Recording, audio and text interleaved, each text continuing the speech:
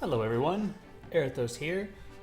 This is my first video of Game of Thrones Crusader Kings 2, and I just want to say hello to everyone on YouTube and beyond. I am a member of the Rough Trade gaming community, an online community of LGBT gamers. We are the largest such community, to my knowledge, and in that honor and that sort of train of thought, I wanted to make this video and play as perhaps the most famous LGBT character in Game of Thrones, Renly Baratheon. I know Stannis kills him with a shadow baby from Lady Melisandre, but hopefully in our version of Westeros, we can keep that from happening. If you're new to the Game of Thrones mod for Crusader Kings 2 or Crusader Kings 2 in general, I hope you enjoyed this Let's Play video. I'm going to try to keep them relatively short, about 20 to 30 minutes, unless something is just really exciting going on. But since Crusader Kings 2 is more of a long-term project, the videos could tend to drag on if they went too long. So that's the idea anyway. But like I said, we're going to play as Renly Baratheon and try to take over claim the Iron Throne. To do that, we have to do a little finessing. So we'll go down here to single player. To get where we want to go, of course, we want to go to the War of the Five Kings. And when it pops up, of course, you can see that there are the major players here. This is the sort of main crux of both the Ice and Fire book series and the Game of Thrones TV show, of course. You start in both instances just before this. The timeline here is Robb Stark is King of the North. Eddard Stark is dead. Joffrey executed him in King's Landing. The most current version of this mod starts the War of the Five Kings after Renly's death. So we're going to, like I said, do some finessing so we don't have to play as Stannis. Not that Stannis is a horrible character, mind you, but like I said, for our LGBT community, we're going to go ahead and play as Renly today. So we got a custom setup. To get back to where Renly's alive, we have to reverse time by 1 month by clicking that button right here on the far left. You hear the nice little time travel music. And then we can go down here to Stormlands and find Renly Baratheon alive and well in Storm's End, much to Stannis' chagrin. So, with that said, without further ado, let's play a Game of Thrones as Renly Baratheon.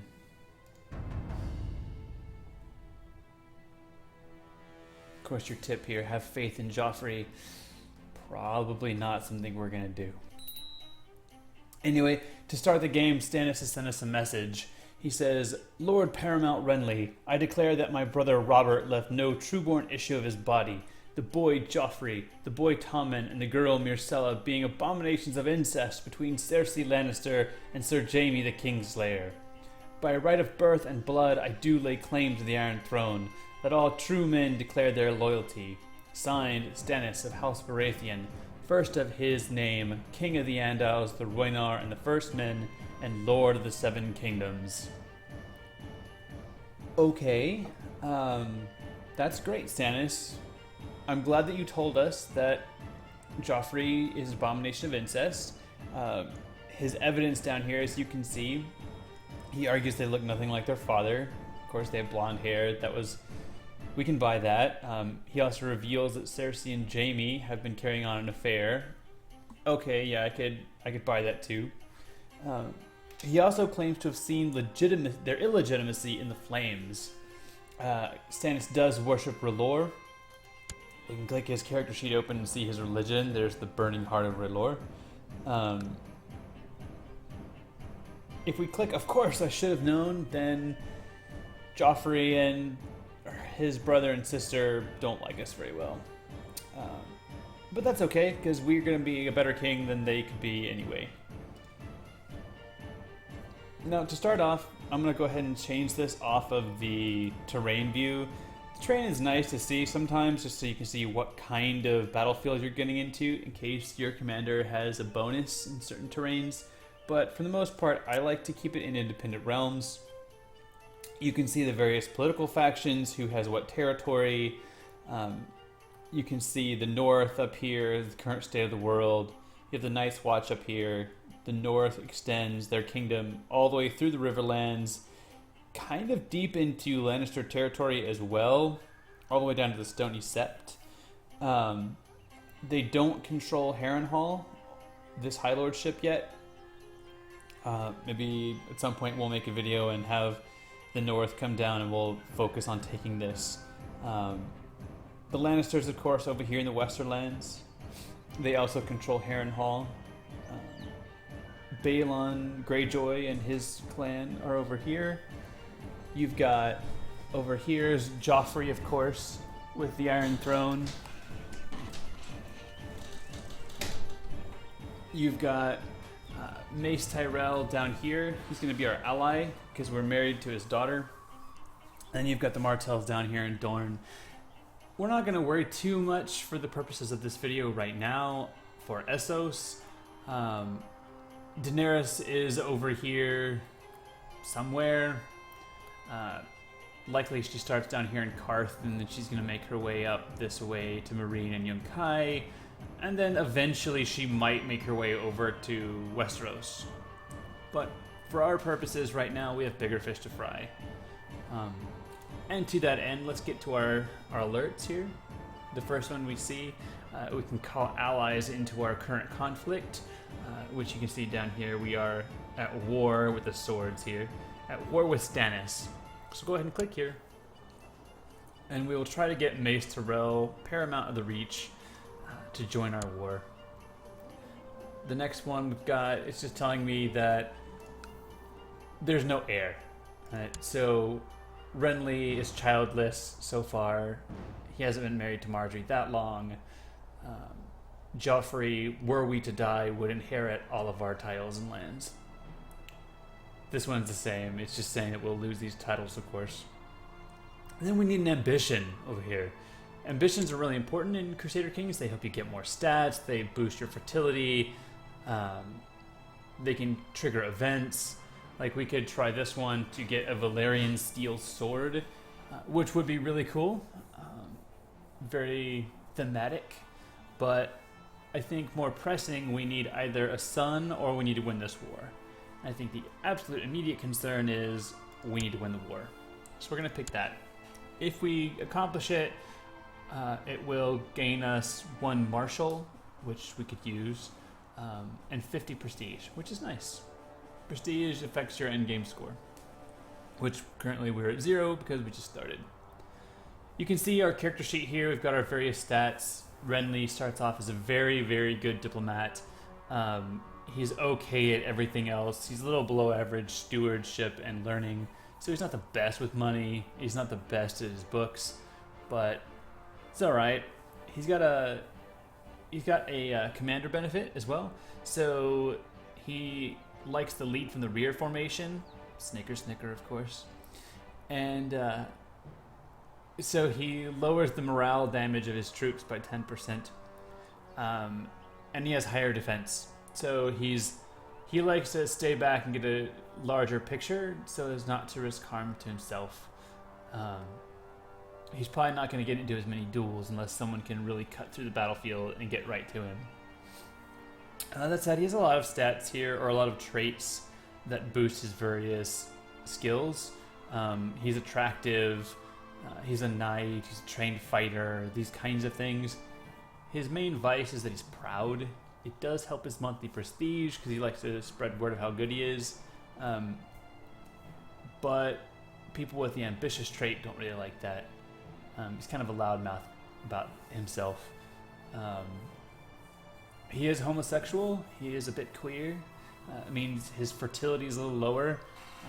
Obviously, he can still produce an heir, but it's a little more difficult. He's not as gung-ho about it as someone else.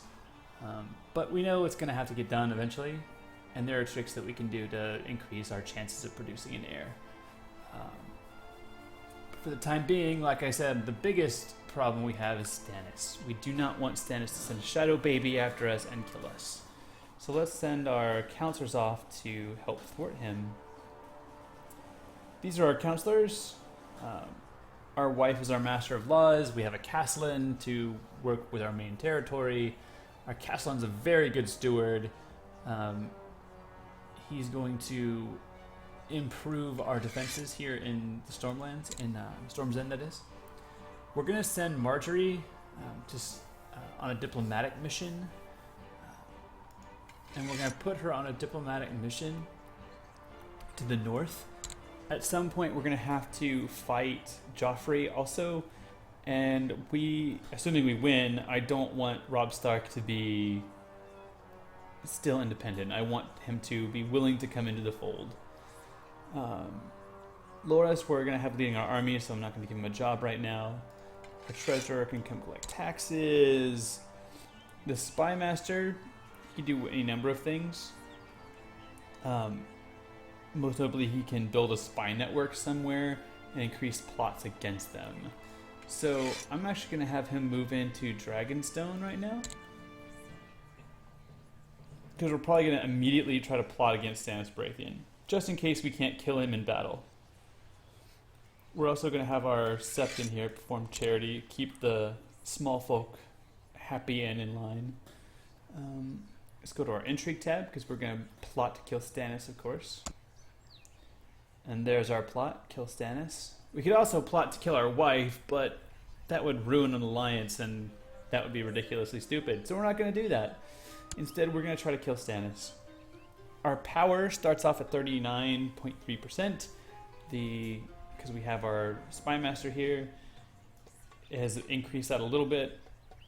And now we're going to add more people, or try to. Everyone with the thumbs up is willing to join. I think, for the most part, it's going to be people with a different religion than his, because the R'hllor faith is just kind of scary. He likes to set people on fire, and no one likes that. Unless you worship R'hllor.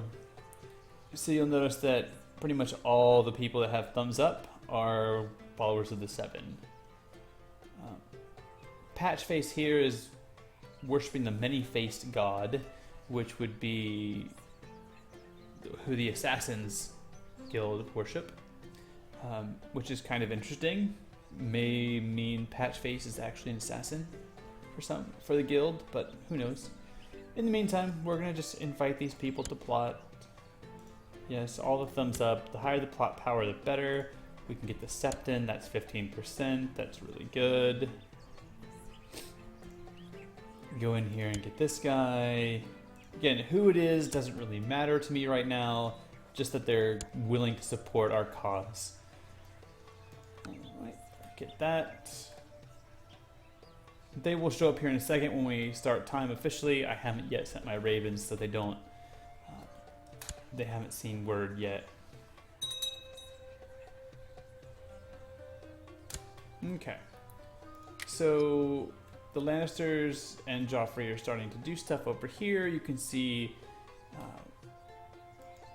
that there is an army both in Dragonstone and Driftmark, as well as Sir Davros' army here in Rainwood. So we've got to get ours going too.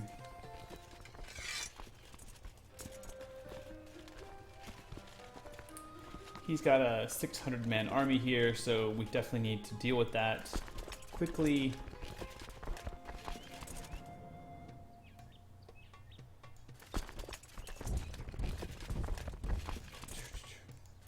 We'll go ahead and march into Rainwood with pretty much all of these guys. We might lose a battle initially if one of our smaller teams gets there first, but as soon as this guy gets there,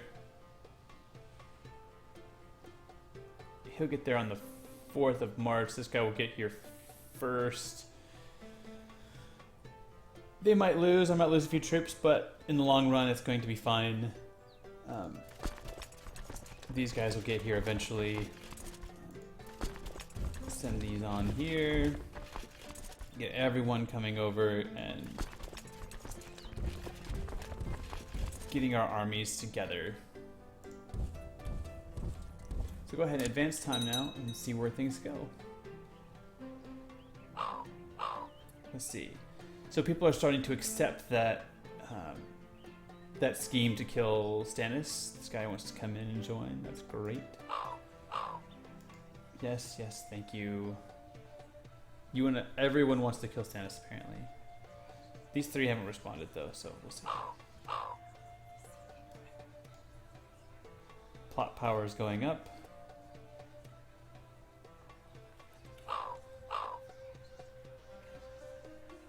Yes, the Septon's good. So I'm going to pause it here for a second, because you can see that there are factions coming up here, threats against me. Lord Selwyn of Tarth, Brienne's father, is leading the Liege Loyalists. So let's look at some factions here, shall we? The leader is my Castellan. And so we've got some people who are actually loyal to me. That's great. Why it's considering them a threat, I'm not sure. But, you know, they're there. Something to be mindful of. Probably because their opinion isn't that high of me yet. This guy is humble, and I'm proud and ambitious, and I'm gay, so he doesn't like that either. But my diplomacy is really good. And we're defending it against foreigners, and we're both knights. So it sort of is evening out right now, with a little bit on the edge toward him liking me. I think we're going to have that problem for a while, actually. So we're going to have to work on getting our bannermen happy.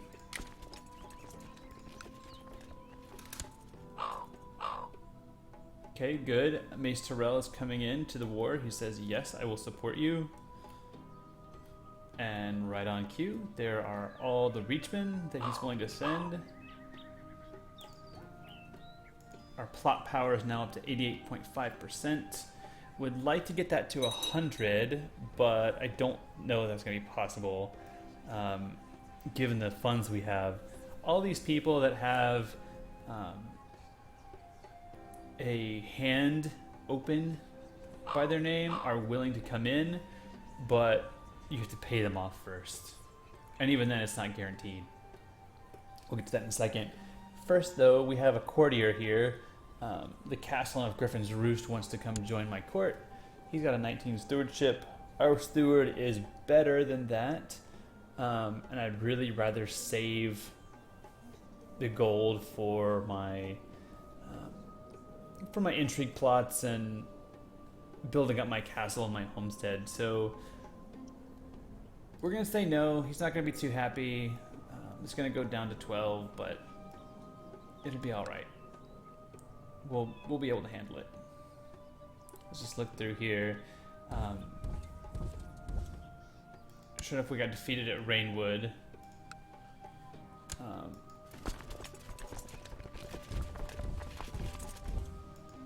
As expected. We lost here against that larger army. However, they should have taken casualties as well. That said, let's combine this army together and start putting up our generals. I don't mind being in the front a little bit. Loras is a flanker though, so we definitely want him to be here.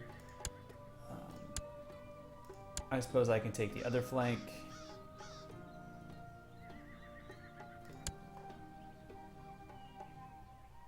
No, I don't want Loras to be right there. I want Loras to be here. And this one, we'll let Brienne go ahead and lead the charge in this army. With this one, we definitely want to put some other people there as well. This guy should be on the flank, so we'll have Sir Roland, and then we'll have Lord Gunther, and who else? Guess we'll have Sir Parman. All right, so there we go.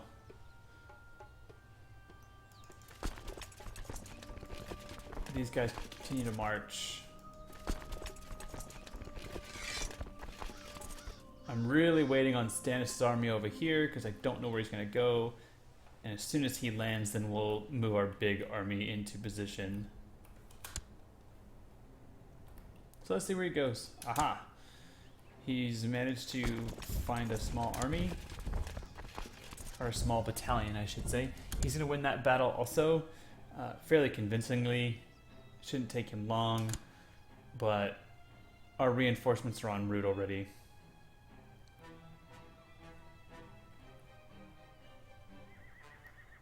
Go ahead and speed up time just a little bit.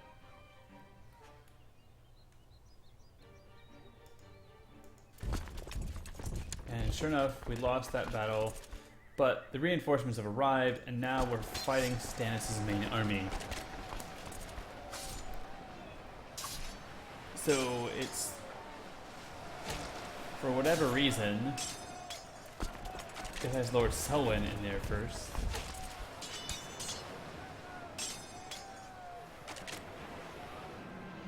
But we were victorious. We also captured Sweetport. Lord Gunser of Sweetport Sound was captured. He's a prisoner. That's great. And we're already up to 92% on our score against Shireen. So apparently Stannis is dead.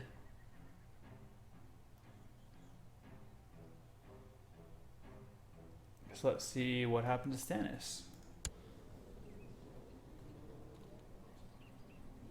Stannis was slain by Loras Tyrell in personal combat on 13th April, 8299. So good job, Knight of Flowers. Good job, lover. You killed the guy who wanted to kill me. That's fantastic. Yeah, I really can't say anything better about that. So it almost single-handedly won us the war. But they're willing to continue for just a bit longer.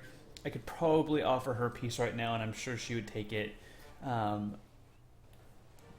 But when this battle gets over and done with, everything will be fine. Let's see, they're going to be here on the 23rd. We'll be there on the 10th. We'll go ahead and fight that battle. We'll knock these guys down. It's really exciting that Loras was the one who killed Stannis. That's awesome. Would have been okay if Brienne had done it, but Loras is even better.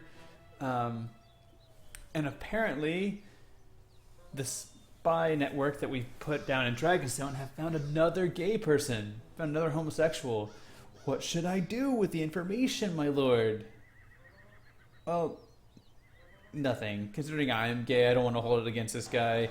I mean, I might be able to have some sort of political advantage over him, but right now we're going to say no.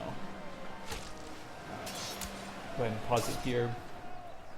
The war is won. All we have to do now is talk to Lady Shireen, my niece, to get her to sign peace accords.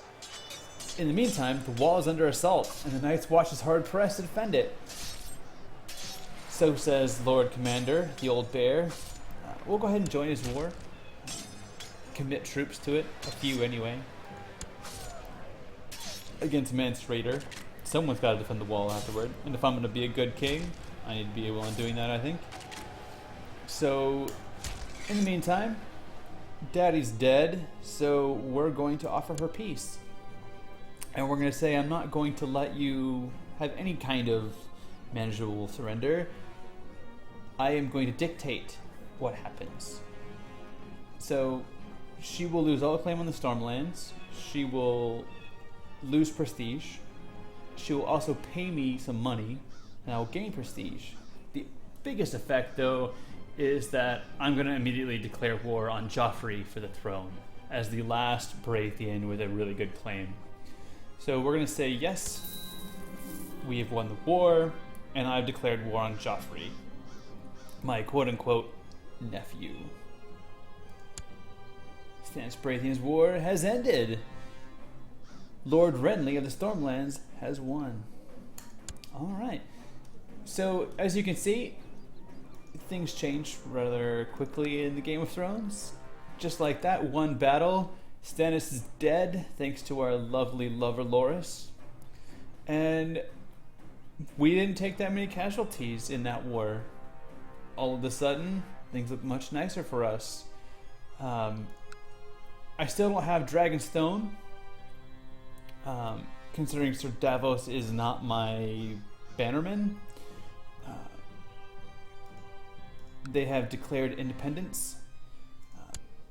Shireen is a follower of her lore, so she's probably not going to take or accept vassalization. In fact, no, she recognizes my power, and she has a higher opinion of me, but my religious leanings and the fact that I'm not her de jure liege would say that she's not willing to do that. I can even offer Davos because he is part of her, part of Dragonstone, but I might be able to press a claim later, though I don't think it's going to matter if we end up defeating Joffrey and taking the Iron Throne. Whoever I put on the Throne of the Stormlands, though, will have a different thing entirely. We filled our ambition, and this is a pretty good place to wrap up our video, our first video.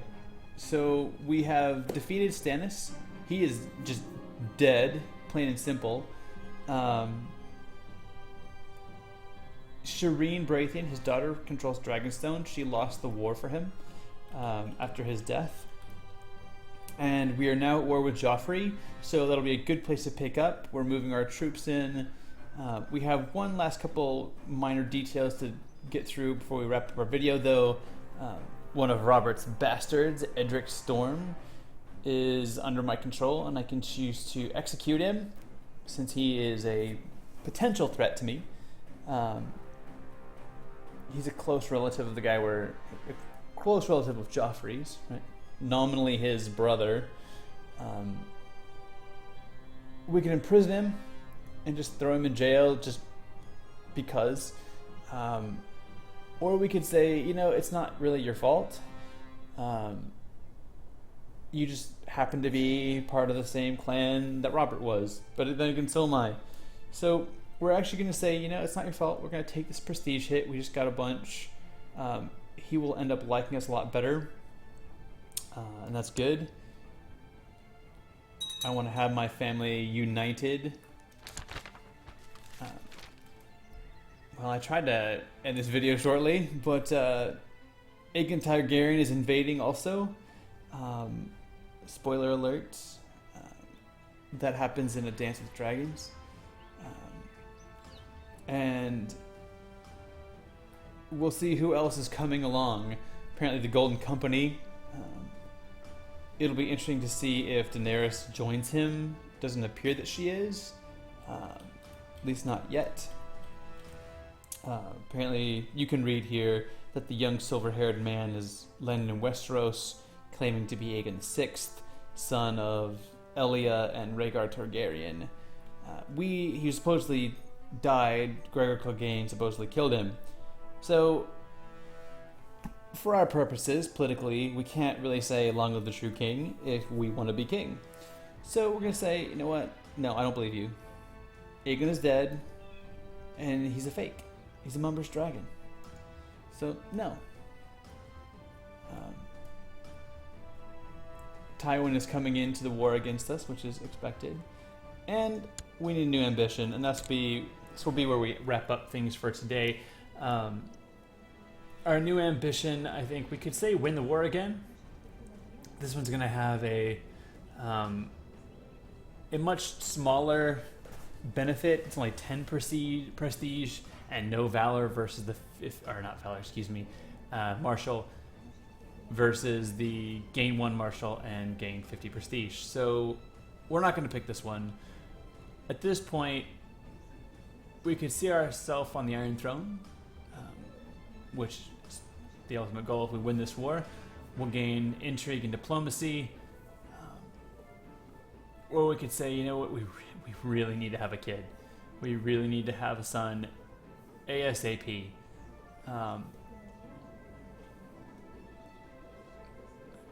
This is going to happen.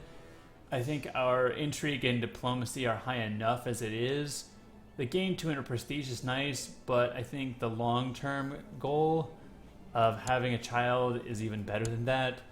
So we're gonna go ahead and say have a son. I can always change this. It might be a while before I can change it, a little time, but it'll be all right. Having a son, if this is your ambition, or a daughter, raises your fertility a little bit. So hopefully it'll offset the penalty for being homosexual. She's currently in Winterfell, our wife is. So we may have to recall her. Being at war is also lowering our fertility. So perhaps we shouldn't pick this ambition actually, but I can't change it right now. That's all right. We'll leave it there for now. We'll try to call her back next time on A Game of Thrones. Thanks guys, and we'll see you again soon.